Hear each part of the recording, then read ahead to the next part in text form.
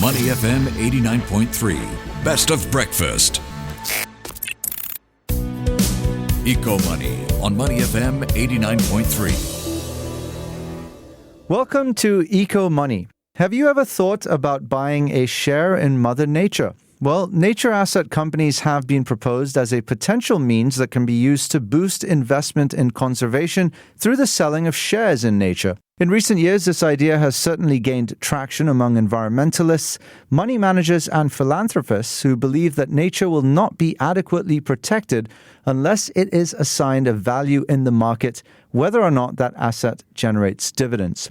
So can natural asset companies achieve their financial and ecological goals? Well, for more insights, we are joined by David Simpson, Senior Professorial Lecturer for Environment, Development and Health and Environmental and Resource Economist at the American University. David, thank you so much for coming onto the program. Thank you. All right, let's start with going back in time then to 2023. The New York Stock Exchange filed a proposal with the Securities and Exchange Commission to formalize natural asset companies as a new class of public corporation. Can you break that down into layman terms for us? And also, what have been the biggest observable changes or progress since? Well, what it meant was they just wanted to have the natural asset companies listed on the stock exchange so people could buy and sell shares in them just as they would in any other companies. That proposal got a lot of pushback, though, somewhat ironically, from the conservative Republicans in Congress and was later abandoned. There's continued to be a fair bit of interest in the concept, though, and the advocates are pursuing the ideas in private markets.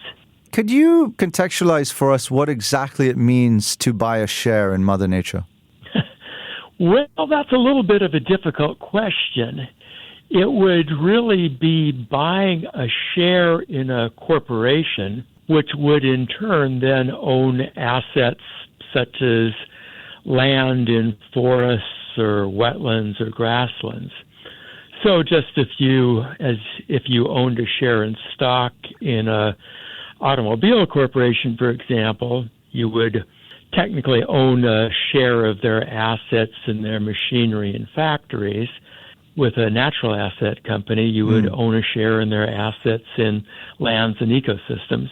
Okay, one of the key appeals of NACs is the potential to attract investment in conservation through private shareholders, but we also understand there has been some skepticism about whether these companies can generate enough demand for the private goods they offer. Could you help elaborate on why that is so? Yeah, let me use the example of the car company again. If I bought a share in Toyota, for example, then I would get a share of the earnings that results from the sale of Toyota automobiles. That means there's customers out there who want to buy Toyota cars to drive. It's less clear that there's customers out there who want to buy ecosystems or the services they provide. In economic terms, the services of ecosystems are largely public goods. That means that they're things that when one person pays for them, everybody else benefits. So it's often the case that private individuals aren't going to want to provide these sort of public benefits for others. In contrast to the cars, I buy a car, I drive the car, I get the benefit from the car. With the ecosystem, maybe I pay for the preservation of a forest, but maybe everybody in society benefits from the recreational opportunities or the carbon sequestration or just the fact that it's preserving biodiversity. Those are all important things, but it's not clear that we can get private people to pay for those important things. Typically, it would be the case that we need government action to say that people are required to set aside land to preserve carbon or required to set aside forests. And absent that government action, it's not clear that there's a demand for these ecosystem services provided by natural landscapes. So do you think or foresee the government playing an increasing role on that front? Oh, gosh, I wish I were more optimistic about that at this point.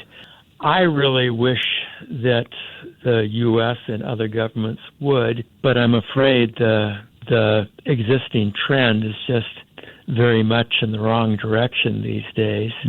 Perhaps there's a possibility that wealthy philanthropists would step in and make some of these purchases. But then I don't know that we really need natural asset companies to do that. We already had private NGOs like the Nature Conservancy or Conservation International that are offering opportunities to pool funds to purchase natural assets. So I'm not really sure what's gained by having these private companies that would then be listed on exchanges. All right, well, hope springs eternal, so you never know, I suppose. Over the course of history, we've heard that some highly touted values of biodiversity simply haven't been shown to be worth much. Are there perhaps some high-profile failures that you can highlight? And what lessons do you think we should take from these past failures as we look at the viability of NACs? Oh, I guess I would say that the sort of canonical example of something that sounded great but didn't really work out too well was in the 1990s. There was a lot of enthusiasm for bioprospecting. That was the idea that pharmaceutical researchers would go to tropical rainforests and other biodiverse rich systems, sample from the natural organisms that occurred there, and then produce new products that could be useful for industrial, agricultural, and particularly pharmaceutical purposes. And there were, in fact, a lot of examples of products that have been derived from natural sources. Simple things like aspirin and quinine were derived from trees, and then more recently there have been some high-profile anti-cancer drugs that came from natural sources. The real problem, though, was that there were, and there still are, literally millions of species that could be tested for new product leads. So in economic terms, those new research leads just aren't scarce, and things that aren't scarce aren't valuable. That is, that pharmaceutical researchers were not willing to pay a lot of money for access to untested samples. So while there was a lot of enthusiasm for these programs in the 1990s, they sort of fizzled out and never really realized the potential that was touted for them at the time. And in fact, some high-profile ventures, such as the combination between Merck Pharmaceuticals and Costa Rica's Instituto Nacional de Biodiversidad, the National Biodiversity Institute in Costa Rica, that program just never really got off the ground, never really provided much in the way of benefits, and most importantly, didn't really provide much in the way of conservation incentives. And there hasn't been a lot of activity in bioprospecting since. I always try to emphasize that the point here is not that biodiversity in general isn't valuable, but it's that it's hard to think of a way to make those values apparent in private transactions. So my concern is that ventures like that, while they were well-intentioned, didn't really lead to a lot of funds for conservation. And I really wish that we could just concentrate on getting the money for things like forest conservation without trying to come up with often complicated, often not very successful schemes to realize private values for them. The public values are really more important. Yeah, it's a fair point. One challenge that has often been brought up is the difficulty of translating benefits of conservation into actual income for investors. So would you say the financial model of natural asset companies is flawed, and what can be done to overcome that obstacle? Well, yeah, I think the model is flawed in that it has proved really difficult to come up with ways to channel that willingness to pay other than getting government action. So if you have government programs which require people to purchase natural assets, it can be effective. So I have in mind things like in the United States, there have been, for example, habitat conservation programs where people have been required to set aside a certain amount of habitat in one area when they convert habitat in another area nearby. So habitat for endangered species, for example. So if there's a government program that requires people to offset habitat conversion, then that creates a demand for the land. But simply trying to appeal to people to put in money to conserve habitat because it provides public services really hasn't been very successful unless there is a government program forcing it. David, just to wrap things up here, if you could shed some light on more innovative ways you think could be adopted to move the needle to attract more nature funding, which seems to be the need of the hour right now, that can ultimately generate reasonable revenue.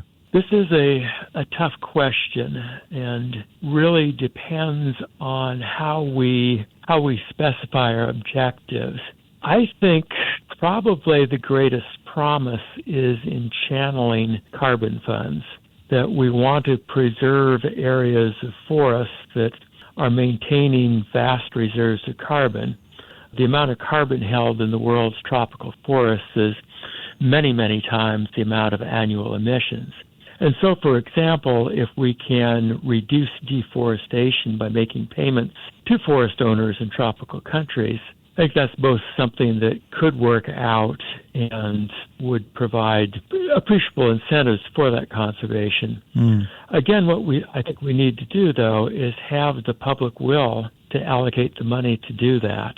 We really need to have the wealthier countries put their money where their mouth is and say, if we care about forest conservation, if we care about fighting climate change, then there's really no substitute for having our governments commit funds to set aside the lands that provide those services.